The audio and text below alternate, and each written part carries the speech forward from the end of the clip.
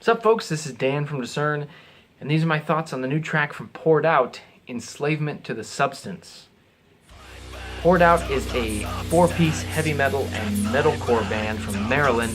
They're still a fairly fresh face, having just begun a couple years ago, releasing their debut EP a year later and signing with Face Down Records just this year. After signing with them, they re-released their debut EP called Blind Heart, which is 20 minutes of thickly distorted metal in the classic 90s style, a sound you don't hear very often anymore. The EP painted a landscape of hazy and heavy metal music featuring lumbering breakdowns and screeching guitar distortion. It's a sound that I would describe as absolutely not catchy, which is a compliment. It has no pop or punk sensibilities whatsoever, unlike, some other bands under the very broad and encompassing hardcore genre. This EP, showed that these guys are pure metal artists who appreciate their hardcore breakdowns and blast beats, but who usually display these features in the least fun or pop or punk way possible. It's gritty, it's dirty, it's dense with heavily compressed, high-gain distortion. And this band is currently gearing up to release their debut full-length album called To the Point of Death on October 21st. And last week they released their second single from that album, a song called Enslavement to the Substance, which features Chris Lane from the Ohio punk and hardcore band Headrush on guest vocals. Thematically, this song is one that on the surface is just a typical song about substance abuse and drug addiction. It's decently well written with engaging and disturbingly vivid lyrics. But the song takes a completely different look and feel when you learn that the context of this track is the lead singer's real life experience as his brother has and continues to suffer from drug abuse. The lyrics, make a bold impression on you as the I's and the U's within the song take forms and faces in the singer's real life. The song goes from being a general tale of the destructive and seductive power of substances, something I think we all know to be true, but don't particularly feel much about, to a captivating and painful telling of a real problem with life or death severity.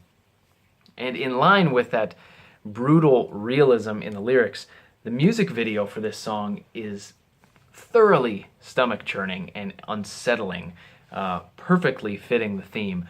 Images flash and flicker on the screen with basically a strobe light effect going through the whole video, while you see a psychologically disturbed and distressed man trip out of consciousness with his eyes rolled into the back of his head and his body collapsed lifelessly on the floor. It's revolting, it's upsetting, as it should be, and I appreciate how the lyrics and this music video reinforce the true monstrous nature of drug addiction and substance abuse.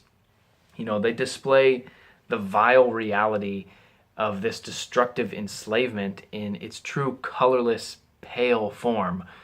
The song, in its theme and the music video and even the musical approach, feels purposefully unpalatable and hard to love, which I think is totally fitting and spot on for the topic at hand.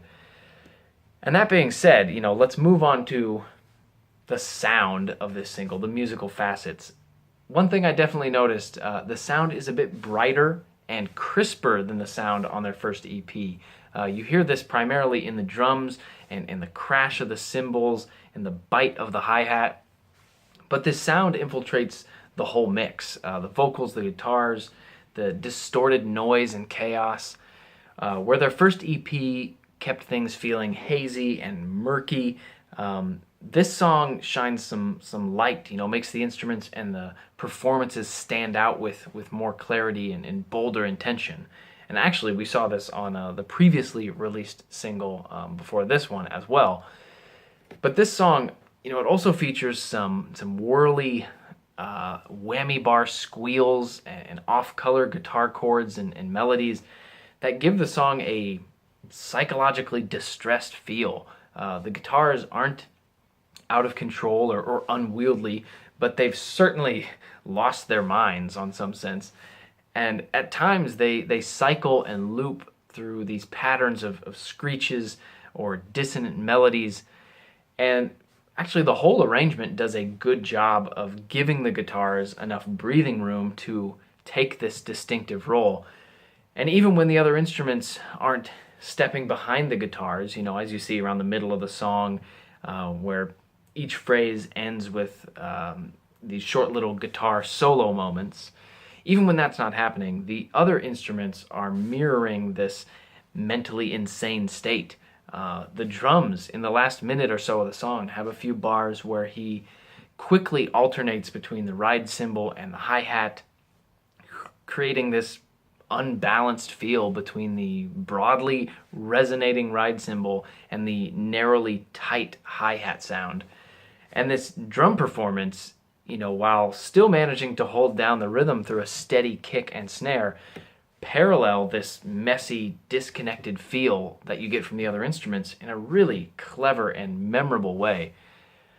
Now, unlike their debut EP, which was chocked full of slow, trudging breakdowns, they don't spend much time playing really slowly on this track, but the song actually stair steps down from front to back with the tempo and the feel from the drums.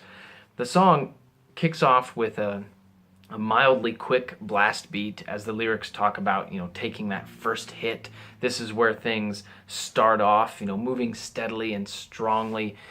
But after about a minute, the song, goes into a slower feel, almost, but not quite halftime. And then 30 seconds later, the song basically gets cut in half again with an even slower backbeat.